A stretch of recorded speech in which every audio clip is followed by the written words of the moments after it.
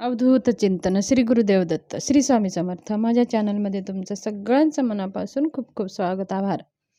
तुमच्या सगळ्या चांगल्या इच्छा पूर्ण करू अशा आपल्या गुरुचरणी वंदन करून आजच्या व्हिडिओला सुरू करूया.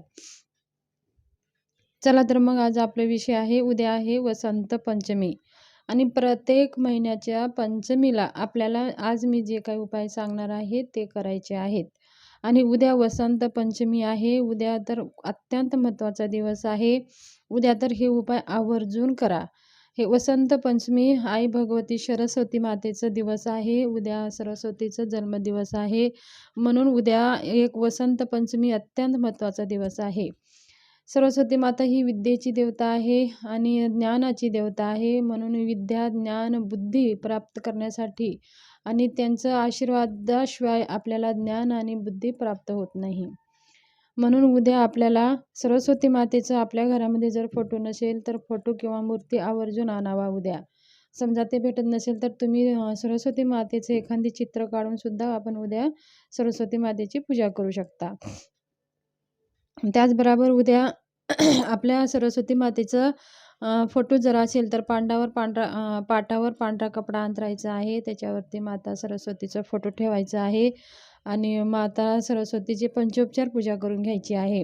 हळदी, कुंकू, धूप, दीप, नैवेद्य, खडीसाखराचा नैवेद्य, पानाचा विडा अर्पण करून पिवळे फुलं, लाल फुलं आणि पांढरे फुलं आवर्जून अर्पण करून सरस्वती मातेला धूपदीप ओवाळून घ्यायचं आहे. त्याचबरोबर थोडीशी आपल्या वाटीमध्ये मध सरस्वती मातेसमोर ठेवायचं आहे. आणि जर आपल्याकडे मूर्ती असेल तर आपल्याला अभिषेक करायचा आहे. पंचामृतानं अभिषेक करायचे, नंतर स्वच्छ पाणी टाकायचं आहे आणि मग स्वच्छ मूर्तीला पुसून ते मूर्तीची पण पंचोपचार पूजा करून घ्यायची आहे आणि धूपदीपगंध लावून ओवाळून घ्यायचं आहे. आणि उद्या जास्तीत जास्त आपल्याला सरस्वती मातेचे मंत्र जप करायचे आहेत. मुलांना जर येत नसेल तर मुलांना आजपासूनच सवय लावा. कानावर त्यांचे सरस्वती मातेचं मंत्र जरी पडले तरी अथवा स्मरण केले तरीही सरस्वती मातेचा कृपा आशीर्वाद प्राप्त होतो. तर उद्या आपल्याला काय करायचं आहे, सरस्वती मातेचं मंत्र एक माळ आपल्याला सरस्वती मातेचं मंत्र म्हणायचं आहे. ते कोणकोणते मंत्र आहेत मी खाली लिहून देत आहे तुम्हाला.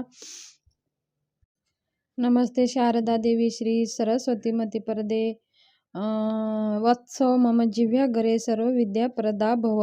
ह्या मंत्राचं आपल्याला एक माळ जप करायचा आहे.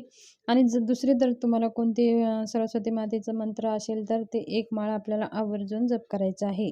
सरस्वतीची गायत्री मंत्र आहे, ओम सरस्वतीचे विद्महे विघ्नराजाय धीमहि तन्नो वाणी प्रचोदयात. ओम सरस्वतीचे विद्महे विघ्नराजाय धीमहि तन्नो वाणी प्रचोदयात. ह्या मंत्राचा सुद्धा आपल्याला 108 वेळेस आपल्याला जप करायचा आहे. आणि हे दररोज तुम्ही जरी 11 वेळेस या मंत्राचा जप केला तरीही तुम्हाला सरस्वती मातेची कृपा आशीर्वाद प्राप्त होतो आणि आपल्या जिभेवर सरस्वती माता विराजमान होत असते.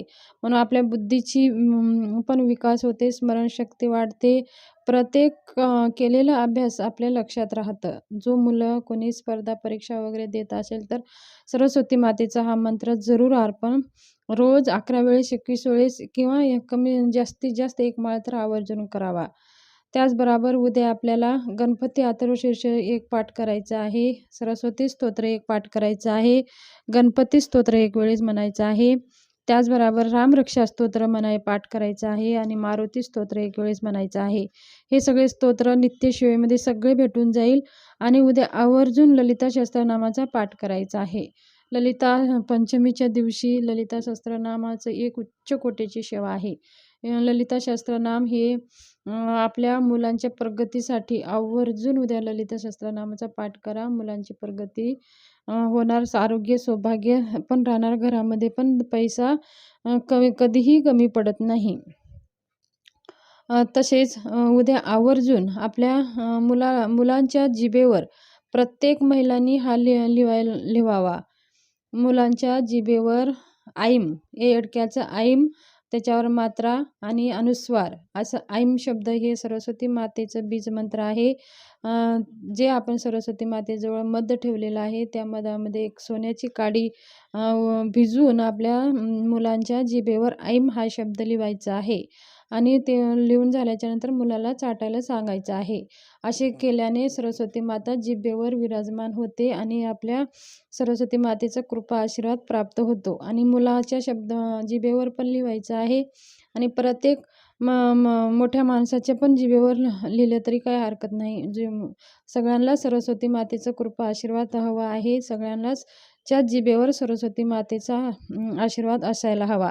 तर उद्या ही सेवा आवर्जून करा. ही सेवा चुकू नका. सगळ्या असे मोठे मुलं, छोटे मुलं सगळ्यांच्या जिभेवर ऐम हा शब्द लिहा. एका ताम्हणामध्ये तांदूळ भरायचा आहे. त्याच्यावरती ओम गणेशाय नमः, ओम कुलदेवताय नमः, ओम सरस्वती देवताय नमः हे 3 शब्द आपल्या बोटांनी त्या ताम्हणामधले जे तांदूळ भरलेला आहे आणि त्यावरती ते 3 शब्द लिहायचं आहे आणि ते 3 शब्द दिवसभर ते तांदूळ ठेवायचं आहे आणि ते तांदूळ आपल्या तांदळात मिक्स करायचं आहे. असे केल्याने कुलदेवी, सरस्वती देवी आणि गणपती देवतांचा कृपा आशीर्वाद राहते आणि घरामध्ये आपले अन्नधान्य भंडार भरून राहतात. कधीही धान्य कमी पडत नाही.